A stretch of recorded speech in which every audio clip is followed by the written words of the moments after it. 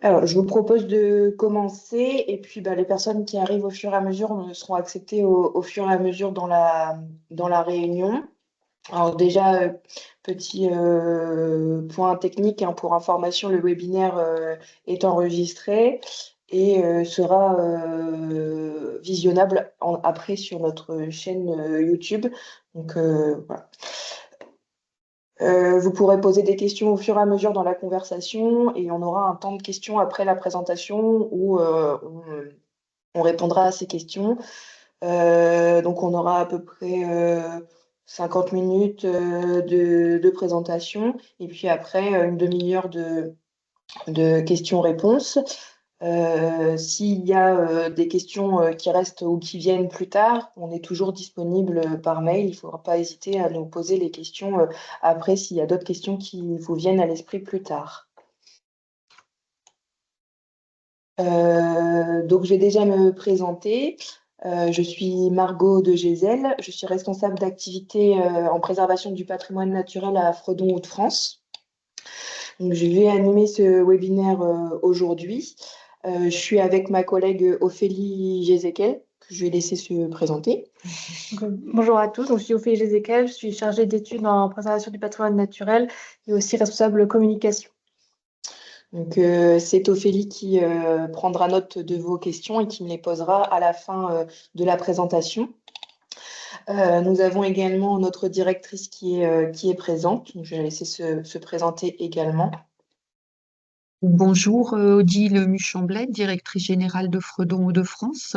J'en profite pour excuser le président de Fredon Hauts-de-France, Monsieur Denis Bollangier, qui est retenu sur le Salon de l'Agriculture à Paris, et Monsieur Alain Tournier. Je pense que soit il y participe, soit je l'excuse. Là, j'ai un petit doute, mais je pense qu'il va essayer de se connecter également cet après-midi. Donc, Monsieur Tournier est bien connecté. Et je vais Bonjour, Monsieur Tournier. laisser aussi la parole à Monsieur Guillaume Codvica de l'Adréal, qui va intervenir avec moi surtout sur la partie réglementaire cet après-midi. Bonjour à tous. Peut-être une petite... Vas-y, Guillaume. Oui. Bonjour à tous. Guillaume Codvica, je suis chargé de mission biodiversité à l'Adréal des Hauts-de-France. Et l'Adréal est en charge du pilotage de la stratégie régionale relative aux espèces exotiques envahissantes dans les Hauts-de-France. Et Monsieur Tournier, excusez-moi, je ne l'ai pas présenté, c'est le premier vice-président de Fredon Hauts-de-France qui est en charge de la commission sur la préservation du patrimoine naturel et notamment sur le frelon à pattes jaunes. Donc, voilà, maintenant que les présentations sont faites, ce que je vais faire, c'est que je vais vous présenter donc, le plan régional d'action relatif au frelon à pattes jaunes que nous avons rédigé. Donc, c'est un projet pour lequel nous travaillons avec l'Adréal qui pilote sur le projet, mais aussi avec l'Agence régionale de la biodiversité. Et c'est un financement fonds vert. Donc, petit point pour anecdote, vous avez ici la répartition des différents inscrits aujourd'hui au webinaire. Alors, ça ne représente pas forcément la couverture des structures inscrites, mais la provenance des personnes qui se sont inscrites. Donc, petite présentation de Fredon Hauts-de-France rapidement. Pour ceux qui ne connaissent pas, nous sommes un organisme à vocation sanitaire dans le domaine du végétal. On est expert pour agir sur la santé du végétal et son environnement. On a une fédération nationale et vous retrouverez des Fredons dans les régions de France. On est un réseau d'experts au service de la santé du végétal, de l'environnement et des hommes, ce qui permet d'avoir une approche une seule santé. Et donc, on a 2 sites d'implantation en Hauts-de-France, à Amiens et à Los Angeles.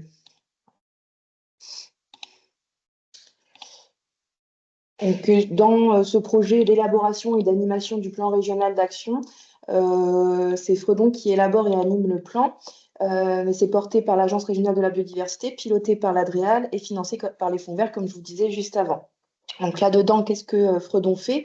Donc, on a déjà commencé par un état des lieux régional de ce qui se passait, parce qu'il n'y avait pas rien qui se passait depuis plusieurs années. Donc l'objectif, c'était aussi de compiler tout ce qui était déjà mis en place dans la région pour pouvoir avoir après une cohérence régionale des actions mises en place. Ensuite, on a rédigé et animé le plan en lien avec un groupe de travail que l'on anime également. On n'a pas fait ça tout seul, on a pris aussi en compte l'ensemble des acteurs de la région. Et le dernier objectif, c'est de communiquer et de sensibiliser sur le sujet. Donc le webinaire aujourd'hui fait partie de cette communication et de sensibilisation sur le sujet. Petit point sur des dates importantes sur le frelon à pattes jaunes. Donc d'abord sur les premiers signalements dans la région qui s'étalent entre 2011 et 2016 selon les départements. Et puis après sur la mise en place de ce plan, un peu comment ça s'est fait. Vous avez en 2023 les premiers échanges qui se font au niveau national comme au niveau régional, avec le groupe technique qui s'est réuni 4 fois déjà entre 2023 et 2025 pour créer ce plan. Et entre-temps, vous avez eu diverses informations qui sont parues, dont des articles et des webinaires, par exemple, pour les territoires engagés pour la nature. Et le plan national est paru le 11 avril 2024. Et le plan régional est, lui, paru le 3 juillet 2024, suite à une approbation par le COPIL de l'ARB en avril et un avis favorable du Conseil scientifique régional du patrimoine naturel au mois de juin. Donc voilà les petites dates clés qui étaient importantes pour moi de vous rappeler pour que vous ayez vraiment le contexte de comment s'est construit ce plan au niveau de la région. Donc, quand on rentre vraiment dans le vif du sujet du plan, alors déjà, ce plan est disponible sur notre site internet, donc le lien vous sera mis dans la conversation et vous être envoyé plus tard si besoin. Et le plan se décompose en 4 parties. Un état de connaissance sur l'espèce et les enjeux, un contexte historique et de réglementation, une gouvernance du plan et de la stratégie, et enfin la présentation des différentes actions qui sont menées dans le cadre du plan. Donc on va détailler ces différents paragraphes en insistant sur les points dont vous nous avez fait part lors de votre inscription, sur les attentes et les questions sur ce sujet. Donc, concernant le frelon à pattes jaunes et qui il est, donc on avait plusieurs questions sur c'est quoi la différence entre le frelon à pattes jaunes, le frelon asiatique. Alors, il faut savoir que c'est la même espèce, c'est juste que l'appellation frelon à pattes jaunes est maintenant communément utilisée puisqu'il y a plusieurs frelons qui viennent du continent asiatique et ça peut porter à confusion. Donc, le frelon à pattes jaunes est devenu le terme.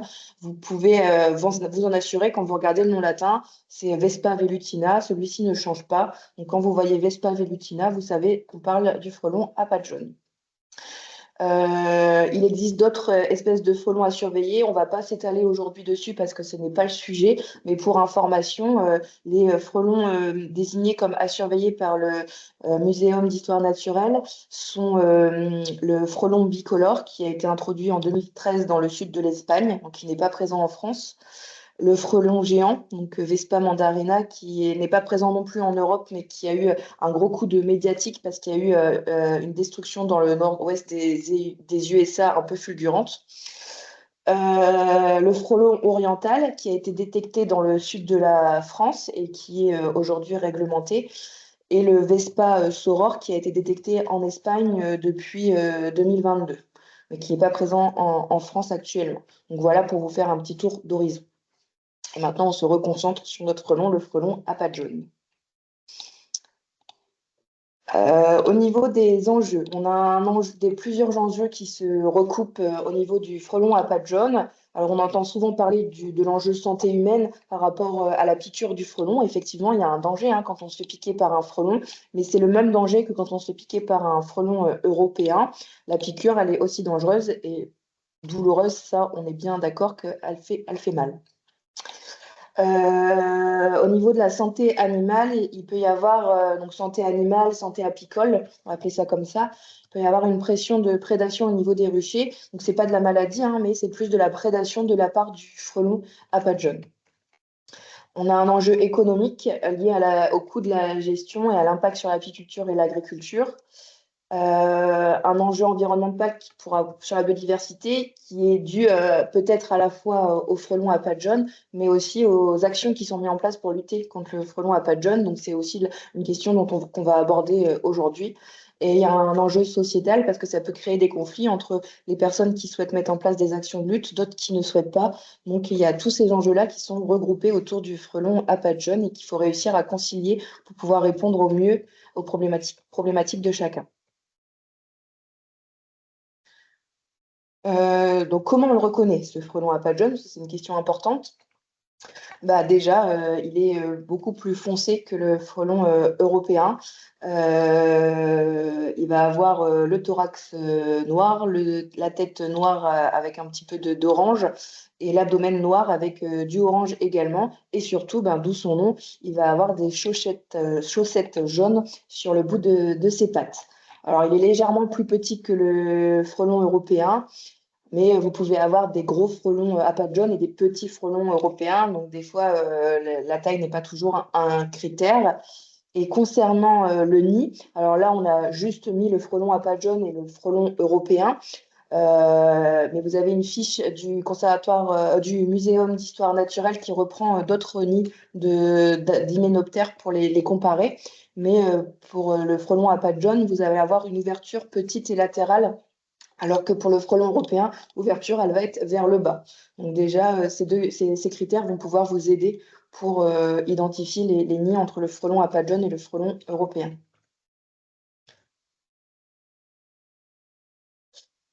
Donc le frelon à pattes jaunes, donc il est en hivernation à partir de fin décembre jusqu'au début février. Et puis il y a les premières fondatrices qui sont en train d'émerger en ce moment pour fonder les premiers nids primaires. Donc c'est en ce moment qu'on a les fondatrices qui émergent. Et suite à la création de leur nid, on va avoir les premières ouvrières. Donc ça, c'est ce qu'on appelle la phase de fondation. Suite à la fondation, bah, la colonie, elle va croître avec les ouvrières qui vont être de plus en plus nombreuses. Et donc, il va y avoir l'apparition des nids secondaires. Donc, le nid secondaire peut être un agrandissement s'il y a la place du nid primaire, mais ça peut être un second nid. Donc, toute la colonie déménage pour pouvoir avoir plus de place et faire un nid secondaire plus grand. À partir de septembre, on va avoir la reproduction qui va aller jusqu'à novembre. Et ensuite, il va y avoir la mort des ouvrières et des mâles. Et les fondatrices de l'année d'après vont partir en hibernation. Donc, ça vous met un petit contexte sur le cycle. Et bien entendu, bah, quand on parle de piégeage de printemps, de piégeage d'automne, c'est lié à ce cycle. Donc, on en parlera un peu après dans le webinaire. Mais les actions de lutte sont forcément liées au cycle de cette espèce. Donc là, je vais laisser la parole à Guillaume sur la partie réglementation pour qu'il vous en dise un peu plus sur ce sujet-là. Merci Margot. On va pas faire très très long, hein. Le frelon à pattes jaunes, comme le dit Margot, c'est une espèce exotique envahissante. À ce titre-là, en fait, c'est encadré par un règlement de l'Union européenne qui date de 2014, hein, le 1143-2014, qui a permis quand même de lancer un petit peu une gestion et une concertation un petit peu plus harmonisée au sein des pays de l'UE, puisque en fait, il définit derrière d'autres règlements qui permettent d'avoir des listes d'espèces qui sont communes, avec des listes qui sont à peu près actualisées tous les 2 ans, comme le disait tout à l'heure Margot, sans rebondir là-dessus, mais le frelon oriental qui est maintenant réglementé, il y a le frelon géant qui pourrait l'être aussi. Donc voilà, la réglementation, elle évolue aussi au niveau des listes. Donc ce règlement-là, il cadre un petit peu tout ce qui est prévention et gestion de l'introduction et de la propagation des EE. Il donne ce cadre-là pour l'ensemble des États membres. Et derrière, donc, il y a la loi biodiversité qui a permis aussi de modifier le code de l'environnement et qui a engendré le classement, une prise d'arrêté ministériel, donc 2 arrêtés du 14 février 2018, un relatif à la faune, un relatif à la flore. Donc, on retrouve le frelon dans la faune. Et en fait, il donne 2 niveaux d'interdit, 2 niveaux de réglementation, on va dire. Le niveau 2, où il y a des interdictions strictes, c'est-à-dire détention, vente, enfin voilà, c'est vraiment très très strict. Et le niveau 1, en fait, la seule interdiction, c'est de mettre dans le milieu, de relâcher dans le milieu naturel. On a par exemple, à titre d'exemple, la Perruche-à-Collier qui est de niveau 1. Ce que ça engendre aussi, donc, comme je l'ai dit, des modifications du code de l'environnement. Donc, toutes les interdictions que je cite là, elles sont listées dans le L411-6 du code de l'environnement qui précise justement toute cette série d'interdictions. Donc, en résumé, hein, le frelon, c'est des interdictions strictes. Donc, après, il a été classé à un moment au niveau national dans l'arrêté du 26 décembre dans la liste des dangers sanitaires de deuxième catégorie pour l'abeille domestique. Mais depuis, en fait, il a été déclassé. Suite donc au règlement aussi de l'Union européenne, on a une stratégie nationale relative aux espèces exotiques envahissantes qui date de 2017 et pour lesquelles, en fait, derrière, dans un de ces articles, il demandait d'avoir des déclinaisons régionales. Et la déclinaison régionale relative aux espèces exotiques envahissantes, elle date de janvier 2023. À côté de ça, vous avez aussi des informations que vous pouvez retrouver de deux centres de ressources, donc un centre de ressources national qui est listé, ici espècesexotiquesenvahissantes.fr, et on a aussi mis en place, pour répondre à un besoin un peu plus local, un centre de ressources régionales relatif aux EE. Parmi les différentes actions qui sont menées, là on est concentré aujourd'hui sur le frelon asiatique, mais il peut y avoir des actions menées sur différentes espèces exotiques envahissantes. Et tout ça, en fait, il y a quand même une animation qui est faite par le conservateur d'espaces naturels sur la partie, globale sur les EE. Et après, on peut avoir aussi des animations comme le cas de la Fredon sur le frelon à pattes jaunes. Voilà un petit peu par rapport à ce que je peux dire sur la réglementation. Je pense qu'il y aura d'autres questions qui viendront sans doute par la suite. C'est quand même juste un cadre global. Merci Guillaume. Alors, je reprends donc. Nous avions ici pas mal de questions sur la gouvernance et surtout le lien entre le plan régional, le plan national. Donc, c'est cette diapositive qui va répondre, je pense, à vos questions. Donc, au niveau national, on a bien un plan national de lutte contre le frelon asiatique à pattes jaunes qui a été fait par les coordinateurs nationaux en lien, bien sûr, avec les autres acteurs au niveau national. Donc, les coordinateurs nationaux sont nationaux, d'ailleurs, sont GDS France et Fredon France. Et vous avez au niveau national, bien sûr, d'autres acteurs, donc les États, les ministères, le FNOSAD, donc c'est la Fédération nationale des organismes sanitaires apicoles. Et ensuite, vous avez l'ANSES, donc c'est l'Agence nationale de sécurité sanitaire, de l'alimentation, de l'environnement et du travail. Et vous avez également le Muséum national d'histoire naturelle. Et donc, vous doutez bien qu'en ayant comme coordinateur national Fredon France, nous avons des liens directs avec ce qui se fait au national, puisque c'est notre fédération. Donc, le plan régional d'action contre le frelon à pattes jaunes a bien été rédigé en lien et en cohérence avec ce qui se passe au niveau national. Et c'est d'ailleurs, vous le voyez dans les dates, aussi une raison pour laquelle le plan est sorti après, puisqu'il fallait prendre en compte ce qui était mis dans le plan national. Au niveau régional, vous avez la DREAL, qui est pilote, et Fredon, qui va être animateur et en lien avec l'Agence régionale de la biodiversité. Et donc, on forme le bloc référent coordinateur au niveau de la région. On fait tout ça en lien, bien sûr, avec l'ensemble des acteurs du territoire et donc le groupe de travail dont je vous parlais tout à l'heure, qui sont les experts techniques en région, et la DRAF Hauts-de-France et les autres services de l'État, puisque c'est un travail qui se veut collectif et qu'on doit faire collectivement, puisque ça concerne beaucoup de structures. Et ensuite, ça découle au niveau départemental, voire local, avec des stratégies qui peuvent différer d'un département à l'autre, puisque les choix faits à chaque niveau peuvent être différents sur chaque territoire. Et donc, vous avez les préfectures, les conseils départementaux ou d'autres services de l'État qui vont être en lien avec les collectivités de par leur mission, mais aussi avec les syndicats et les associations apicoles, les groupements sanitaires apicoles. Et les collectivités vont pouvoir aussi faire appel à ces associations, syndicats et groupements sanitaires apicoles pour pouvoir avoir de l'information, avoir des animations, de la sensibilisation. Donc ça, c'est un schéma au niveau départemental qui peut même s'il y a une cohérence globale sur la région qui peut différer légèrement d'un département à l'autre. C'est à chaque département et chaque collectivité d'organiser les choses en cohérence avec le plan, mais de la façon qui fonctionne le mieux sur son territoire.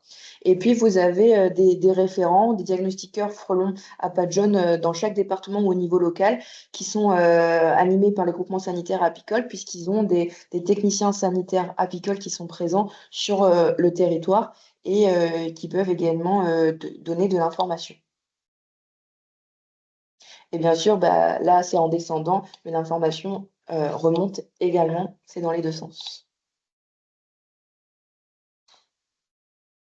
Donc, je vous ai parlé plusieurs fois du groupe de travail, donc il me paraissait important de vous montrer qui était présent dans ce groupe de travail. Donc, c'est les structures qui sont invitées à participer au groupe de travail. Donc, je ne vais pas toutes vous les lister comme ça, sinon ça va prendre un temps fou. Mais vous avez un peu le panel des structures invitées. C'est pas une liste qui se veut arrêtée, hein. Il peut y avoir des modifications, des ajouts en fonction des différents attraits des structures au niveau régional sur le sujet.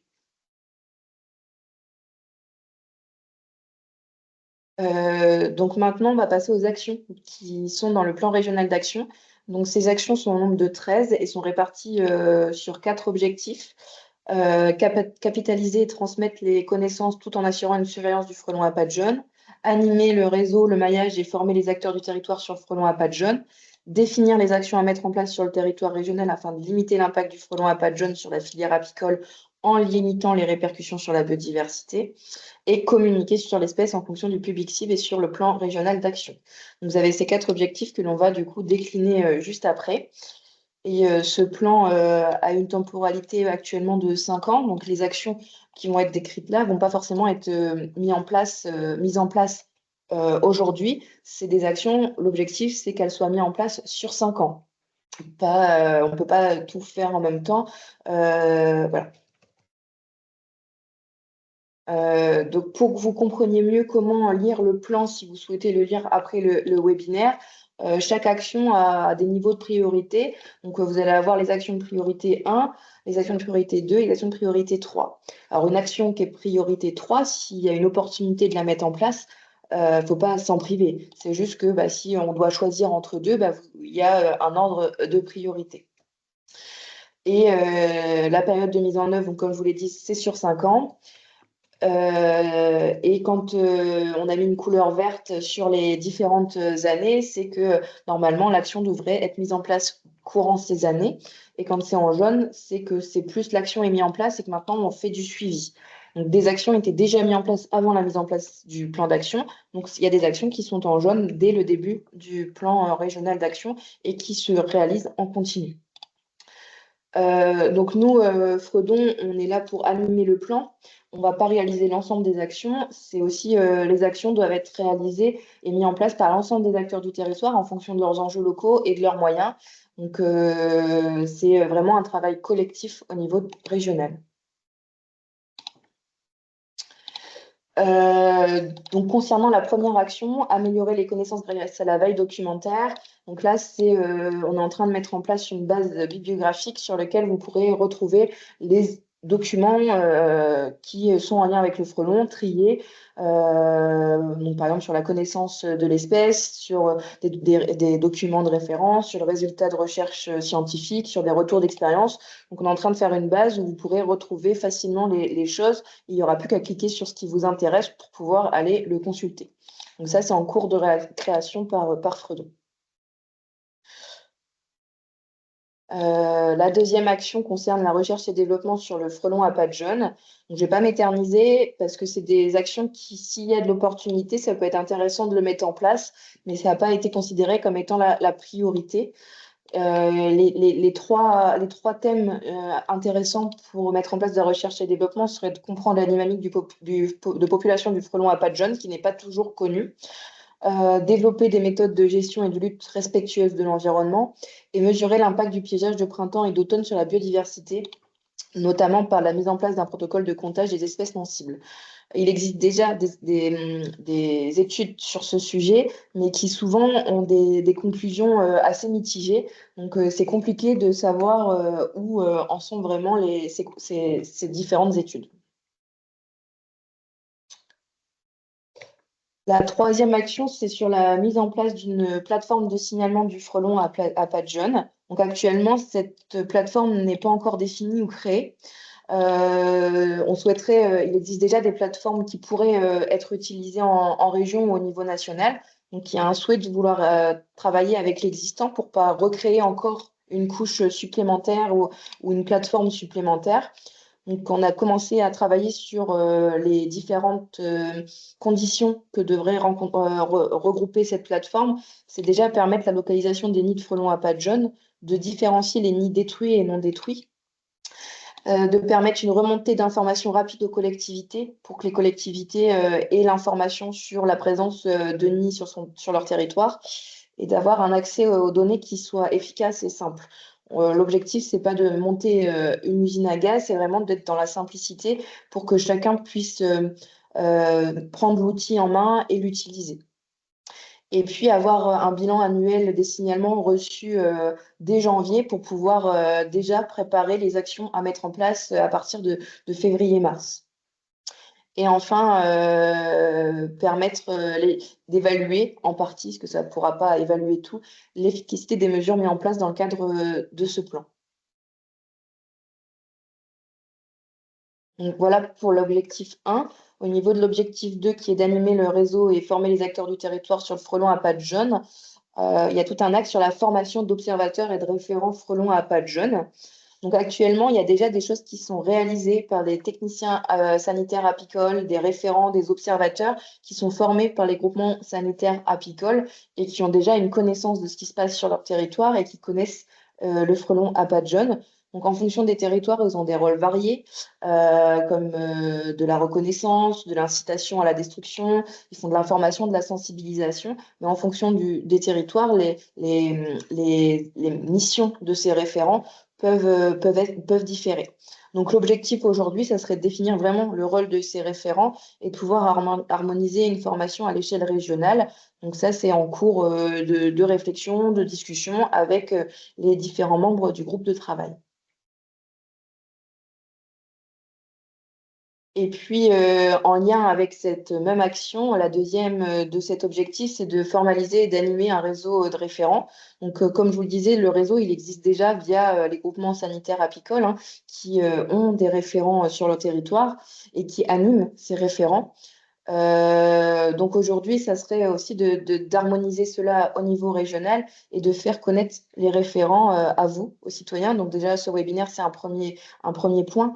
Vous avez sur vos territoires des personnes qui sont expertes sur le sujet, et, qui sont en lien avec les groupements sanitaires apicoles et qui peuvent vous aider dans vos démarches. Dans cette animation de réseau, vous avez également la formation des entreprises professionnelles qui détruisent les nids. Donc ça, c'est une question qui revient souvent. Comment on choisit l'entreprise qui va détruire le nid de frelons à pattes jaunes? Donc, on est en train d'élaborer une formation pour y voir plus clair et qu'ainsi, vous pourriez identifier les structures qui ont suivi ces formations. Donc, avec différentes thématiques qui seraient abordées et surtout la reconnaissance du frelon à pattes jaunes, qu'on ne détruise pas un nid de quelque chose d'autre. Le comportement du frelon et puis surtout comment bien respecter les bonnes pratiques de destruction pour avoir le moins d'impact possible sur l'environnement et remonter aussi ces signalements parce que on n'a pas toujours l'information sur ce qui est détruit quand c'est sur du domaine privé. Si les entreprises de destruction remontaient ces données, on aurait aussi des données sur les destructions qu'ils ont fait sur les différents territoires. Donc voilà pour ce deuxième objectif. Le troisième, on va passer un peu plus de temps parce que beaucoup de vos attentes étaient sur cette thématique-là. C'était de définir les actions à mettre en place sur le territoire. Donc vous avez la première action qui est d'abord de rechercher les nids de frelons à pattes jaunes. Donc, pour rechercher les nids, vous avez là une chaîne décisionnelle pour vous aider. Donc, vous avez observé un nid de frelons à pattes jaunes. La première chose à faire, donc actuellement, comme il n'y a pas de plateforme, c'est de s'appuyer sur l'expertise technique locale, donc par exemple des référents ou les groupements sanitaires apicoles ou Fredon, pour s'assurer que c'est un nid de frelons à pattes jaunes. Ensuite, si c'en est bien un, on est à quelle période? C'est quelle sorte de nid? Et puis, quel est le lieu? Si c'est un lieu où il y a un danger immédiat, vous allez pouvoir avoir notamment l'intervention du SDIS. Si c'est dans le domaine privé, si c'est à bord d'un rucher. Donc, toutes ces questions sont à se poser pour savoir comment on intervient au niveau du nid. Et puis, dans la logique, après, vous avez recherché les nids, c'est maintenant de les détruire. Mais pas n'importe comment, puisqu'il y a plusieurs méthodes de destruction de nids, et cette destruction doit être faite par des professionnels formés, par des méthodes qui vont privilégier limiter l'impact sur les hommes, la biodiversité et les ruchers. Donc, il faut respecter les bonnes pratiques de destruction de nids. Et dans le cadre de ce plan, on va, avec le groupe de travail, réfléchir à mettre en place un cahier des charges pour que vous ayez, vous, un support pour définir les bonnes pratiques sur vos territoires quand vous faites appel à des entreprises de destruction des nids. Et surtout, parce qu'on le voit encore beaucoup, l'utilisation de paintball est à proscrire, puisque dans la majorité des cas, quand les produits sont envoyés par paintball, une grande partie des billes se retrouvent dans l'environnement et non sur le nid. Donc, il y a un impact environnemental qui n'est pas à négliger. Donc, les recommandations pour la destruction de ces nids, c'est en lien avec la pression exercée par le frelon à pattes jaunes. Donc, comment on définit cette pression? Donc, vous avez la faible pression, donc à l'échelle d'une ruche, ça va être un individu devant une ruche. À l'échelle d'une commune ou d'un quartier, ça va être un nid. Dans ce cas-là, on détruit le nid. Et après, vous avez moyenne et forte pression, donc de 2 à 3 individus ou plus au niveau d'un rucher, 2 à plus de 10 nids. Et dans ce cas-là, on va détruire le nid et possibilité de mettre en place du piégeage de printemps autour des ruchers. Donc ça, on va y revenir après sur le piégeage. Donc surtout, lorsque les professionnels interviennent pour détruire les nids, il faut mettre en place un rayon de sécurité et alerter toute personne qui réside dans un rayon de 50 mètres, parce qu'il peut y avoir un risque vraiment que l'essaim se propage tout autour, et donc un risque pour le public. Utiliser des protections intégrales adaptées. Donc l'entreprise doit bien avoir des tenues intégrales contre les insectes, des combinaisons étanches aux produits biocides, des lunettes contre les projections de venin, des gants, des protections respiratoires.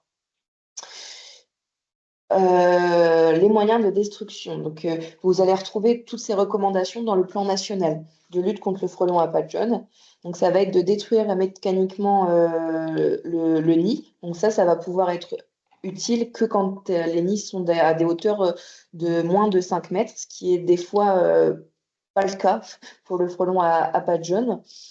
Et sinon, ça va être une destruction par biocide. Donc là, la destruction par biocide, il va falloir utiliser des pierrettes naturelles parce que les autres produits comme la permétrine sont à proscrire. Elles ont une rémanence beaucoup trop longue et donc un impact sur les insectes sur le long terme et sur les oiseaux qui vont venir consommer les frelons morts. Donc, quand on utilise les pierrettes naturelles, le décrochage du nid n'est plus forcément obligatoire puisque les pierrettes naturelles vont avoir moins de rémanence. Attention, seuls les opérateurs qui détiennent un certibiocide peuvent manipuler des biocides. Et la gestion des nids interviendra entre mars et mi-novembre.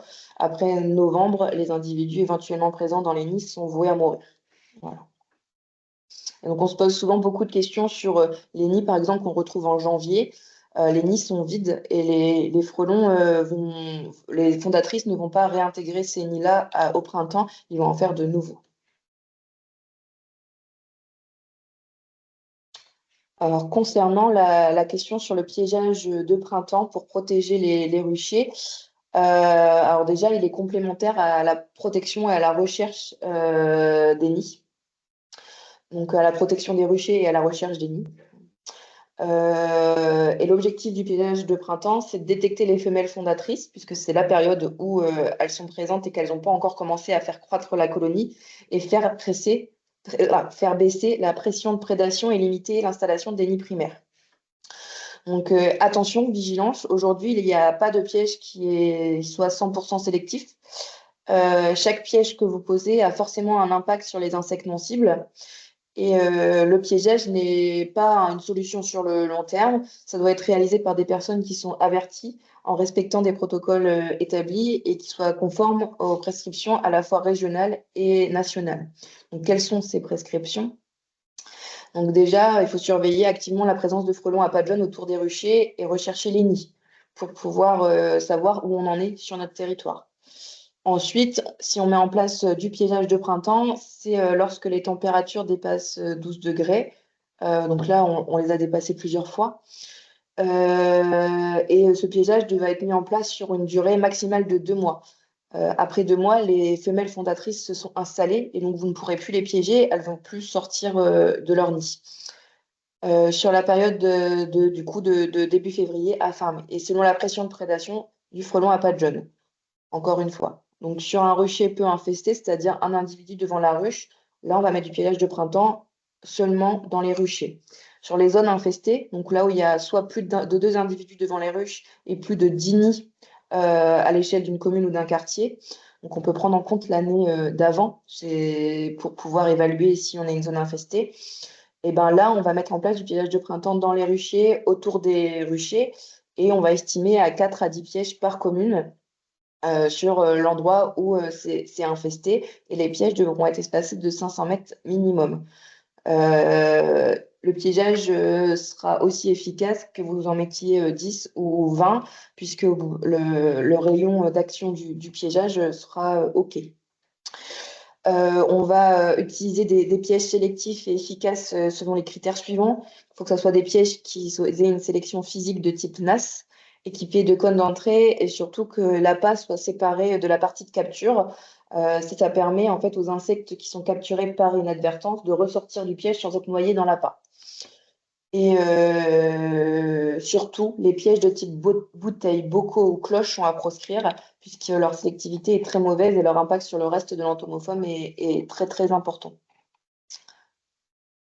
Quand on met en place du piégeage, c'est pour ça que c'est pas forcément tout le monde, tout à chacun qui doit mettre en place du piégeage. C'est important de suivre régulièrement l'efficacité du dispositif pour pouvoir remonter les résultats de piégeage et se rendre compte de ce qu'on piège réellement dans nos pièges. Et donc, dans le plan régional d'action, vous retrouverez une fiche piégeur à compléter quand vous faites du piégeage pour pouvoir se rendre compte de s'il y a du frelon à pattes jaunes, en quelle quantité et qu'est-ce qu'on a à côté et quels autres insectes on a. Et surtout, si on a beaucoup de frelons à pattes jaunes, il y a sûrement un nid pas loin. Donc peut-être il faut mettre en place une recherche pour détruire ces nids. Donc voici pour le piégeage de printemps. Maintenant, on va passer au piégeage d'automne. Donc les conditions, on va dire, vont être un peu similaires, sauf que l'objectif n'est pas le même. Pour l'objectif du piégeage d'automne, l'objectif maintenant, c'est de réduire le stress exercé par les prédateurs sur les ruchers.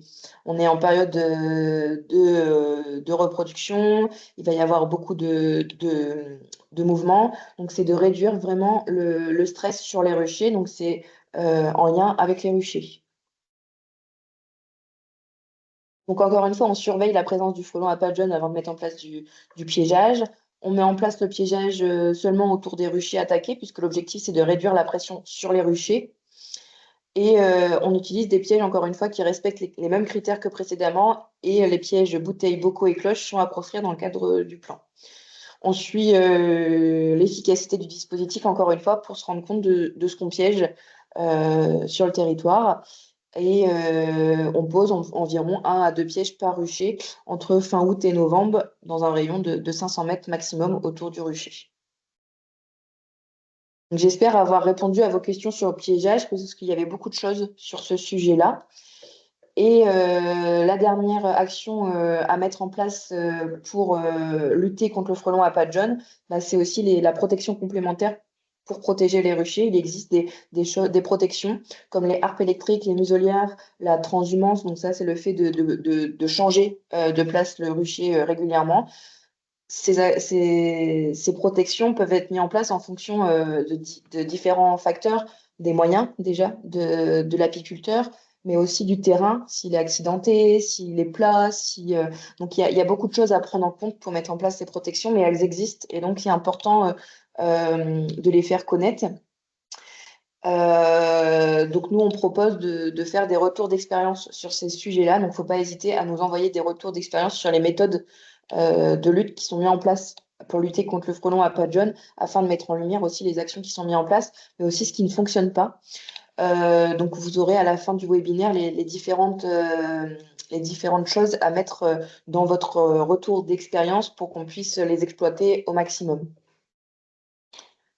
Et enfin, la dernière action, c'est une action de communication parce que on entend beaucoup de choses sur le frelon, des choses vraies, des choses moins vraies, des choses des fois même fausses. Donc la communication est vraiment très importante. Donc on a déjà réalisé des outils de communication sur le frelon à pattes jaunes qui sont disponibles, comme une fiche technique. Donc, ce webinaire sera donc disponible sur YouTube pour rediffusion. Il y a également un autre webinaire dans lequel on était intervenu en 2024 pour les territoires engagés pour la nature, qui est également disponible en ligne. Et c'est intéressant de remonter quand vous utilisez les outils de communication, puisque ça aide à savoir où est-ce qu'il y a eu des territoires qui ont été sensibilisés. Donc là, vous avez un aperçu de à quoi ressemble la fiche de Fredon. Donc, elle est sur notre site internet et vous pouvez la télécharger et l'utiliser, la diffuser comme vous le souhaitez. Il y a également un poster qui est en cours de réalisation. Pour l'instant, il n'est pas fini. Une fois qu'il sera terminé et imprimé, il y aura possiblement des prêts possibles du poster, à la fois, par exemple, pour mettre lors d'expositions, lors d'événements, dans les médiathèques, mais aussi si vous avez des événements sur une journée, ça peut être le cas de mettre le poster, parce que on aimerait bien, mais on ne peut pas toujours être présent partout. Donc, si vous souhaitez parler du frelon et qu'on ne peut pas nous venir en parler, eh ça peut être une alternative avec le prêt de ce poster. Enfin, au niveau de la com, vous recevrez prochainement aussi, en lien avec les préfectures, un kit de communication où l'ensemble des outils de com seront réunis au même endroit et vous pourrez plus facilement y avoir accès. Donc, je vous disais pour terminer sur les retours d'expérience, donc si vous avez des retours d'expérience sur vos interventions à nous partager, c'est important d'inclure pas mal de choses dedans pour qu'on puisse les exploiter et les mettre en valeur sur le site internet de Fredon, mais aussi en lien avec la stratégie régionale espèces exotiques envahissantes dont Guillaume parlait tout à l'heure. Il est important d'avoir le nom, le prénom, le contact de la personne au cas où on a des questions supplémentaires à poser, le nom de la structure avec le code postal et la commune, les objectifs de la démarche et des interventions, pourquoi vous avez mis ça en place, qui est intervenu, parce que peut-être que vous avez mis ça en place, mais vous êtes passé par une autre structure et où. Et surtout, s'il y a eu une concertation avec d'autres acteurs, si c'est un projet, il y a des partenaires, pourquoi cette démarche, pourquoi cette mise en place de projet. Et puis, une description de vraiment ce qui a été mis en place. Comment ça a été mis en place, le matériel qui a été utilisé, sur quelle durée, s'il y a eu un suivi, qu'est-ce que ça a donné comme résultat. Et puis, si vous avez le bilan financier des opérations, des fois, c'est des données qu'on n'a pas envie de donner, le bilan financier, mais ça peut aussi peut-être, quand on se rend compte que finalement, le coût en vaut la chandelle, ça peut inciter d'autres à faire la même chose. Donc, si vous avez des retours d'expérience à envoyer, n'hésitez pas à les envoyer à Ophélie. Son adresse mail est ici. Donc, moi, j'en ai la conclusion. Et puis, ensuite, on va passer à vos questions. Concernant la conclusion, comme j'ai pu vous le présenter, ce plan, c'est une approche collective au niveau régional. L'objectif, c'était vraiment d'avoir quelque chose de collaboratif pour répondre à l'ensemble des enjeux des différents acteurs de la région et de prendre en compte l'ensemble de ces acteurs via le groupe de technique qui était mis en place. Et donc, c'est bien quelque chose qui regroupe une seule santé, puisqu'on a en lien la santé humaine, santé de l'environnement, santé animale et santé végétale. Donc, c'est important de travailler tous en cohérence. Donc, vous avez ici nos contacts et puis on va prendre maintenant vos différentes questions. Donc, ça ne sera pas forcément toujours moi qui vais répondre. Guillaume peut également prendre la parole si besoin, ainsi que Odile si elle le souhaite. Alors, la première question que j'ai, c'est existe-t-il une méthode de destruction de nids sans biocide que vous appliquez activement? Alors, il y a l'enlèvement par aspiration dont je parlais, mais c'est que sur les nids qui sont inférieurs à 5 mètres. Donc, où là, bien sûr, il faut qu'il y ait un périmètre de sécurité puisque on va détruire les nids par enlèvement ou aspiration. Et donc, il y a vraiment quand même un danger qui peut être très immédiat. Mais cette méthode de destruction ne prend pas en compte de biocide, mais elle n'est pas utilisable quand on est à des nids qui sont à plus de 5 mètres de hauteur, parce que vous imaginez bien qu'aller retirer un nid pour la sécurité de l'intervenant à plus de 5 mètres de hauteur, ça commence à devenir compliqué. Deuxième question, disposez-vous de la liste des entreprises 3D agréées par département? Alors, actuellement, on n'a pas de liste. C'est quelque chose qui est en projet d'avoir un annuaire des entreprises 3D. On est en train de voir comment on peut le mettre en place sans qu'il y ait de problèmes juridiques, parce qu'on ne peut pas mettre une liste si elle n'est pas exhaustive, sans qu'il y ait pourquoi telle entreprise n'est pas présente. Ça pourrait avoir des conséquences juridiques. Donc, on est en train de voir comment on pourrait mettre ça en place sans qu'il y ait de problèmes de concurrence déloyale, etc., sur le sujet. Troisième question, pour les interventions biocides, faut-il mettre un périmètre de sécurité pour la population? Dans tous les cas, il faut mettre en place un périmètre de sécurité parce qu'on n'est pas à l'abri. On s'approche du nid, les frelons vont vouloir se défendre. Donc, il faut mettre en place un périmètre de sécurité de minimum 50 mètres pour protéger toute personne qui sont susceptibles d'être autour du nid. La question suivante, qui doit payer les interventions? Y a-t-il des financements prévus? Alors, dans le cadre du plan, il n'y a pas de. En tout cas, dans le cadre de Fredon, nous, on est financé pour animer et rédiger le plan. Donc, on n'a pas de financement pour la destruction des nids. Sur le territoire, après, selon les territoires, il y a beaucoup de choses qui existent, des différents systèmes de financement. Donc, il faut voir en fonction des différents choix sur le territoire. Sur certains territoires, il va y avoir des coms de com qui financent les nids. Sur d'autres, elles vont financer une partie. Sur d'autres, le choix a été fait que ce soit les communes ou une partie par les communes. Donc, c'est vraiment un choix qui se fait au niveau du territoire et des moyens du territoire. Au niveau de certains territoires, c'est même le conseil départemental. Donc, c'est vraiment des choix des différentes collectivités sur ce sujet-là. C'est pas Fredon qui finance la destruction des nids. Autre question, quels sont les prédateurs naturels du frelon? Il y a des oiseaux qui vont prédater le frelon. Vous avez plusieurs oiseaux. La bondrée, Euh, notamment. Vas-y, Guillaume. Oui, je disais notamment la bondrée, mais c'est vrai que c'est pas forcément à elle seule qu'elle va faire diminuer. Après, il peut y avoir certains passereaux qui vont consommer un petit peu des larves, des choses comme ça. Ça reste à la marge, mais il y en a quelques-uns, oui. Je ne sais pas si vous avez encore d'autres questions. Au niveau régional, on a, comme je vous le disais, au niveau de la gouvernance, hein, on a un groupe de travail qui est mis en place et les choses sont pilotées par la DREAL. Et après, au niveau local, vous avez des actions qui sont mises en place, souvent pilotées dans chaque département par les groupements sanitaires apicoles. Vous avez aussi les parcs naturels régionaux qui, des fois, s'investissent sur cette thématique aussi. Donc, il existe pas mal d'actions qui sont mises en place par différents acteurs. Et l'objectif, c'est vraiment qu'on retrouve une cohérence du plan régional dans l'ensemble des actions pour que ce soit fait correctement.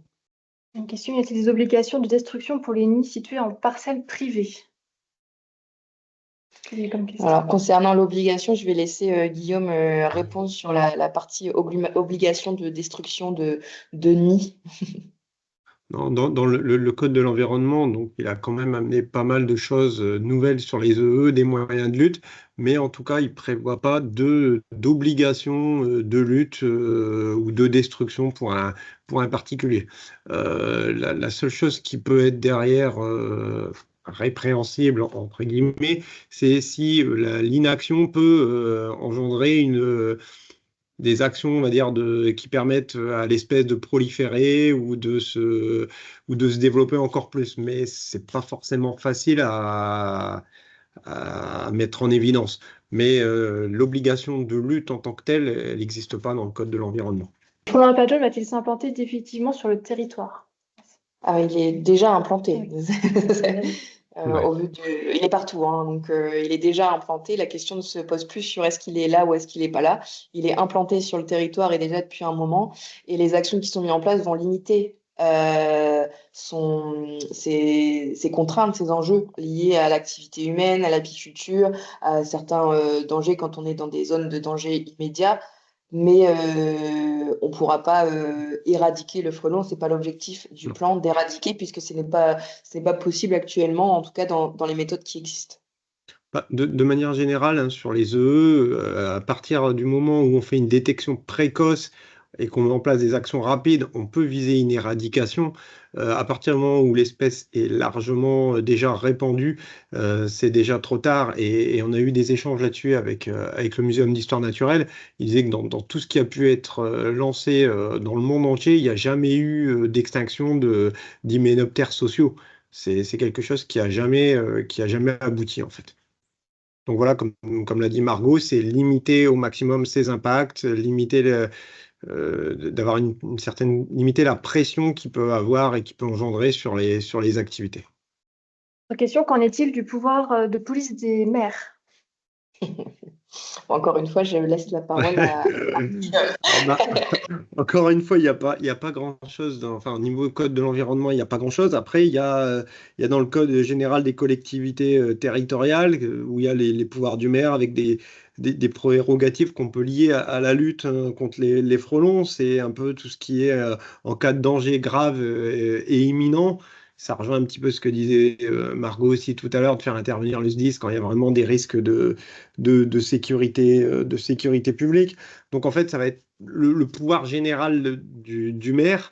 Et puis après, bah, ça rejoint un petit peu ce que je disais tout à l'heure, hein, c'est en effet de participer un peu à une lutte collective et d'éviter que d'une propriété puisse partir énormément de frelons qui vont engendrer de nouveaux nids, etc.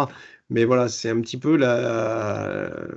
voilà, c'est un petit peu la limite, hein, et le pouvoir du maire, il s'arrête là au code des collectivités. J'ai une autre question. Avez-vous des informations sur les textes de loi en cours et des modifications qui pourraient arriver au printemps? Par exemple, suite au 19 février, avec l'examen de la proposition de loi visant à endiguer la prolifération du frelon asiatique et à préserver la filière apicole. Peut-être que Moi, Guillaume a... non, j'ai pas eu plus d'infos sur cette. Enfin, en tout cas, au niveau national, ils nous ont pas partagé d'infos supplémentaires par rapport à ce qui a pu être discuté à ce moment-là. Par contre, on ne manquera pas, en effet, comme le disait Margot, hein, de vous tenir informé s'il y a des choses qui viendraient à évoluer dans les prochaines semaines ou les prochains mois.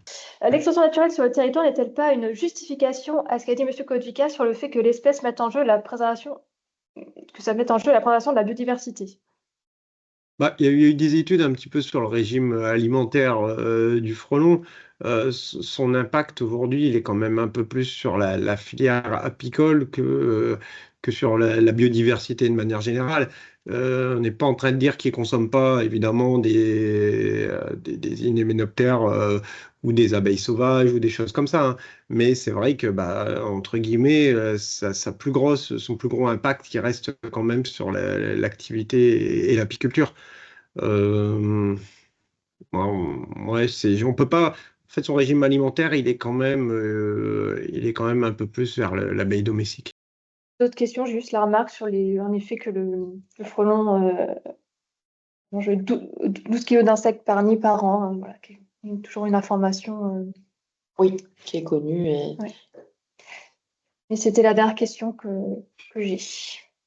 Après, c'est vrai que comme on a évoqué un petit peu tout à l'heure les impacts qu'il peut y avoir, c'est vrai que le plan, il a été construit aussi comme ça, hein, c'est-à-dire pour limiter mettre en place une lutte pour réduire ses impacts, limiter la pression qu'il peut exercer, mais tout en étant respectueux de tout ce qui est déjà au niveau environnemental. On a un plan national aussi sur les pollinisateurs parce que ils se cassent quand même, ils se cassent quand même la figure, hein. On a des chiffres, hein, sur certains sites, sur 26 sites suivis. Il y a trois quarts des insectes qui ont disparu en 30 ans. On a sur d'autres sites, sur 300 sites suivis, 150 prairies ou 140, enfin 160 et 140 en forêt, il y a perte de 67% de la biomasse des insectes, 34% des espèces en moins sur 10 ans.